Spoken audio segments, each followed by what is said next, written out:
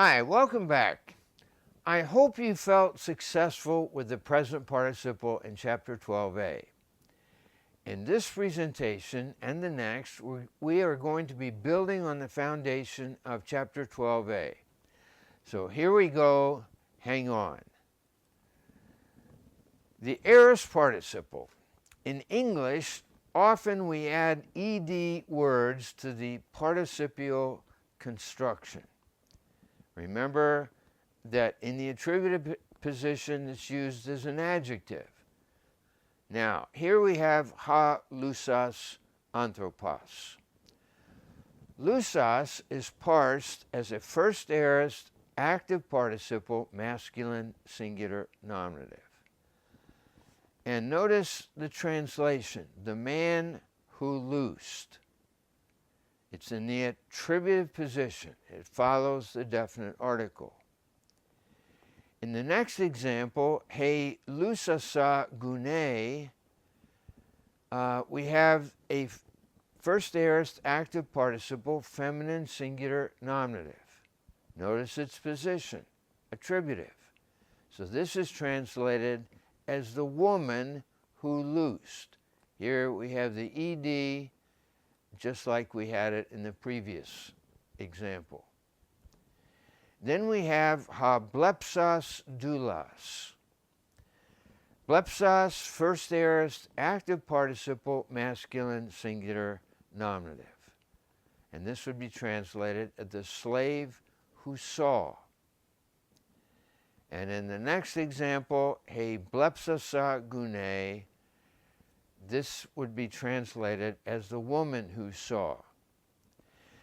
Now we also had adjectives function as nouns. Participles again do the same thing. They're called substantives. So down here we have ha lusas, first aorist active participle, masculine singular nominative. There's no noun that it goes with. So this would be translated as the one who loosed or the man who loosed. Similarly, we have he blepsasa. First aorist active participle, feminine singular nominative. The woman who saw. Now, the aorist participle in the predicate position. It is circumstantial or adverbial. Now, here's an English example here of the aorist participle. After completing the test, I breathed a sigh of relief.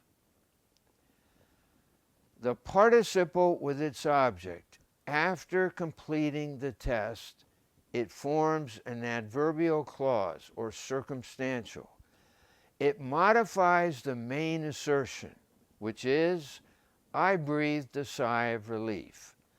It expresses the time in which I breathed a sigh of relief after completing the test. Now, the key concept here is that the aorist participle occurs or happens before the action of the main verb.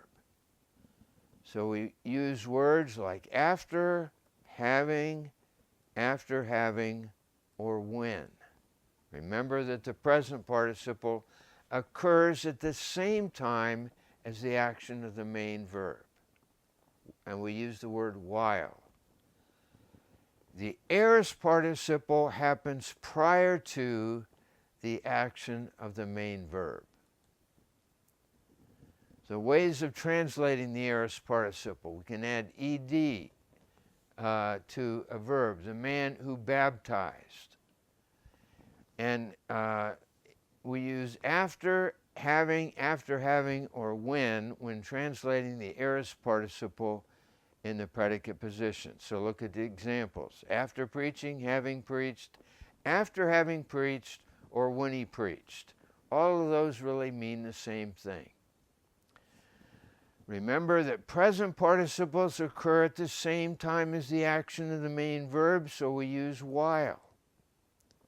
The aorist participle in the predicate position precedes the action of the main verb. So we have our example here. After preaching, the people were touched. Now, here we have a Greek example of the circumstantial aorist participle. Ha anthropos lusas ton doulan eblepsen ton apostolan. Lusas is parsed as a first aorist active participle, masculine singular nominative. So this would be translated, the man, after loosing, having loosed, the slave saw the apostle.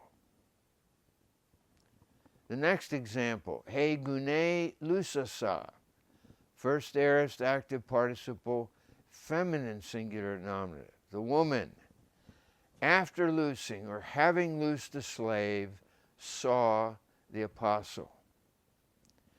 Now, down below, we have apone. Now, notice the similarity with what we had with the apon, with the second aorist active indicative. So this is parsed second aorist active participle, masculine singular nominative. So having said these things, he departed. Now, the memory aid for the aorist circumstantial participle. We have little participle there, participle. Holds the pretty cat for predicate position after having shot the arrow for aorist. The aorist participle in the predicate position is introduced by the word after or having or after having or when. So here we have some examples. Akusas, first aorist active participle, masculine singular nominative. So having heard or after hearing these things, ha Jesus ethaumasen, Jesus marveled. Now, I'm going to hit my pause button and would ask that you do the same and see what you come up with here. Well, how did you do? All right, number 2, didaskusa. Now, this is a present participle from chapter 12a, and it's in the predicate position. So, while teaching the slave, I saw the teacher. Now notice it's feminine, so this would refer to a woman. The third example, while saying, and then we have the postpositive un. So therefore, while saying that we do not have sin, we do not speak the truth. Now the fourth example here, epusa, second aorist active participle, feminine singular nominative. Having said these things, she departs. Now it has to be a she because the participle is feminine. Now here's the first aorist active participle of luo, having loosed. Now notice the pattern here of the endings, 3, 1, 3. Third declension, first declension, third declension, just like we had with the present participle. So let's pronounce the nominative and genitive together. Lusas, lusasa, lusan. The genitive, lusantas, lusases, lusantas. Now notice here the new tau, and that new tau carries over into the other forms. Third declension, remember, it builds on the genitive case.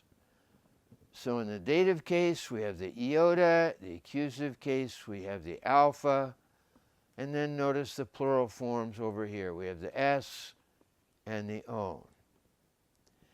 Now, the key to remember here is that we have a sigma alpha that we've always had referring to the first aorist. And we have the letters nu tau. So if we see a sigma alpha nu tau, that's going to be a first aorist active participle. So here's a little memory aid. So Lu is an aorist with one arrow for first aorist.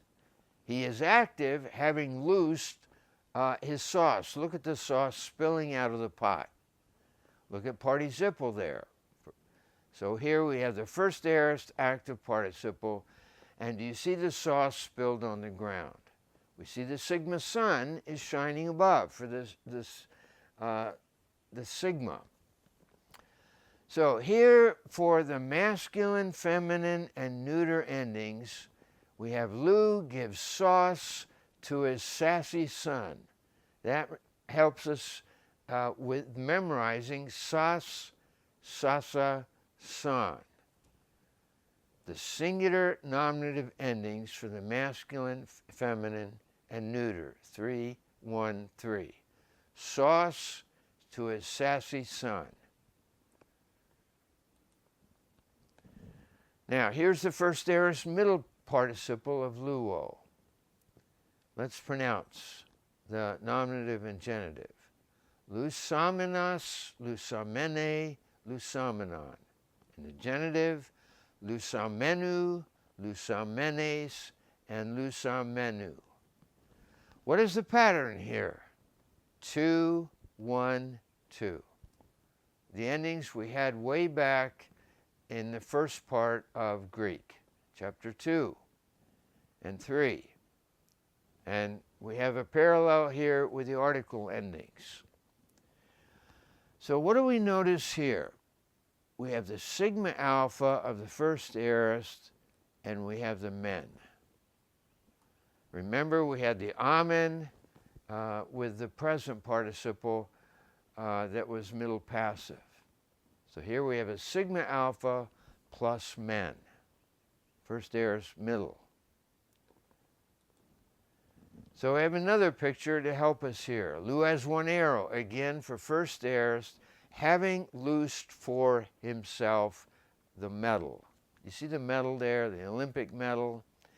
Participle is amazed at Lu's arrow, first aorist, middle participle. Above shines the familiar sigma sun for the suffix. And Lu is up against the amen here for the amen. They are armed with their article arrows. That reminds us of the definite article. Now here we have the first aorist passive participle of luo, having been loosed. Now notice here we have the theta epsilon. That's like we had previously with the theta eta. So let's say the nominative and genitive forms here together. Luthes, luthesa, luthen. Genitive, luthentas, lutheses, luthentas. What is the pattern? 3, 1, 3. So our theta epsilon serves as a reminder for the first aorist passive. Notice again the endings here. For the dative, we see the iota, then we see the alpha for the accusative. And notice here for the plural, luthentes. Again, third declension. So 3, 1, 3. Our memory aid, Lu was loose. Look at his burial site. So he was destroyed. And then we have the passive arrow that is resting in peace against the tomb to the delight of participle. First aorist, passive participle. And our memory aid here, we have the aces. Do you see the aces off to the left? They saw the hen. So the aces, they saw the hen. And that helps us with the endings thes, thesa, then. The aces, they saw the hen, for thes, thesa, and then. Now, our second aorist active participle, abalo. Let's pronounce these. Balon, balusa, balan, balantas, baluses, balantas. Now, what do we notice here? Well, we have the internal change. Remember, the second aorist of balo was ebalan with one lambda, not two. And what do we notice about our endings? We have on, usa, on. Those are the identical endings that we had in chapter 12a with the present active participle.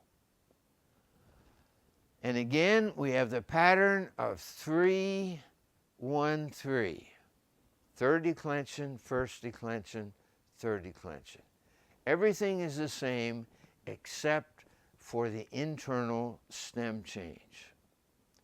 And notice here that we don't have an augment, either with the first aorist participles or the second aorist participles. The augments occur only in the indicative mood.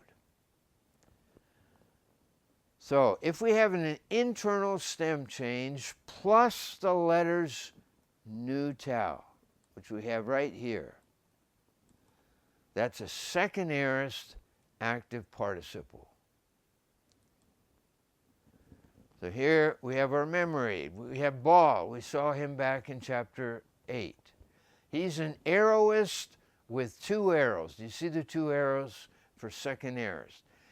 Having actively thrown his arrows to participle. And now Ball owns a sousaphone, and that reminds us of the singular nominative endings. On, usa, on. Same endings we had in chapter 12a. So let's take a look here and do some practice. I'm going to hit my pause button and would ask that you do the same, and then we'll come back and compare notes. All right, number 1 should be the woman who received the word rejoices. Labusa is a second aorist active participle, feminine singular nominative in the attributive position. Number 2, it's identical with what we had in number 1, except now we don't have a noun, so it functions as a substantive. The woman who received the word rejoices. The third one is circumstantial. Having received or after receiving the word, she rejoices. Number 4, having received these things, labantes, second aorist, active participle, masculine plural nominative. So having received these things, we went out into the desert. Number 5, I came near, or they came near, or approached the Lord. And then we have to elthanti. Elthanti, second aorist active participle, masculine singular dative. And it's modifying the Lord. So the Lord who came into the temple. And finally, hoi angeloi, the angels. Now we take a look at pesantes.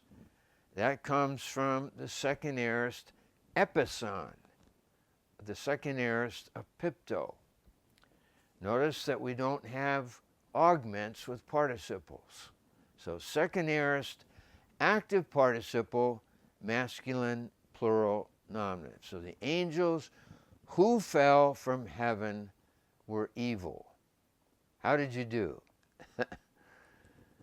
All right, the second aorist middle participle of balo. Let's say the nominative and genitive together. Balamenas, balamene, balamenan. Genitive, balamenu, balamenes, balamenu.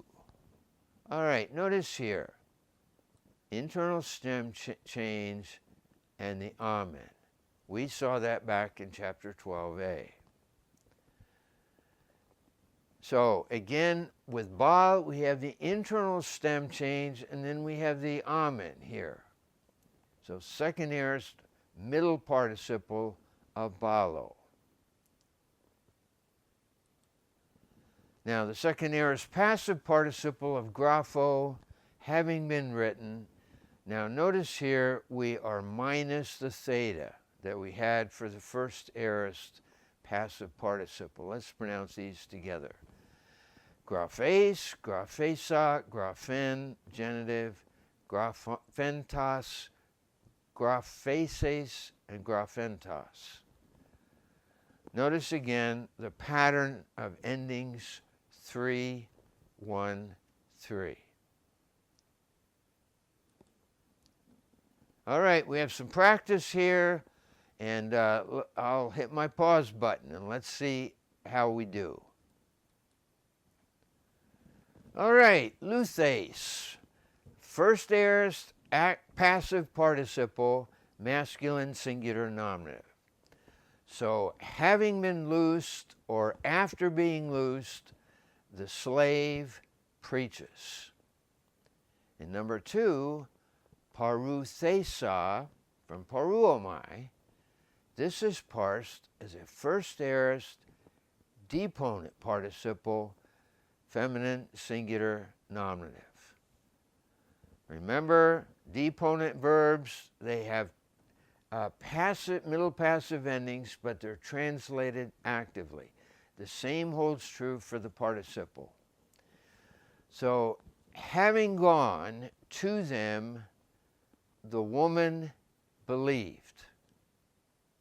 Number 3, you spoke words of hope, and then we have tois therapeuthesin. This is a participle. First aorist passive participle, masculine, plural, dative. To the ones who were healed. So you spoke words of hope to the ones who were healed. And finally, we have bleithentes. Notice the theta epsilon.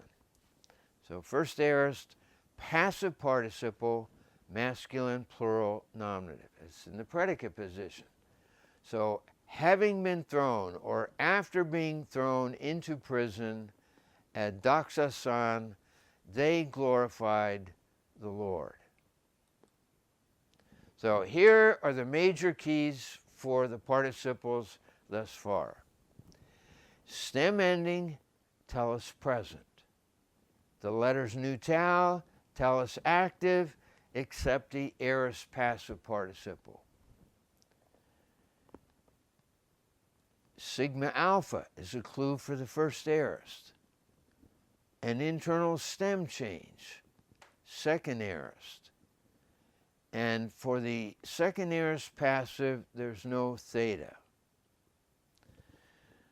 So all of these off to the left follow the 3-1-3 pattern. Third declension, first declension, third declension. Then we have our 2-1-2 pattern. Stem plus ending tell us present. The amen or men tell us middle or middle passive. Sigma alpha tells us first aorist, and an internal stem change, second aorist.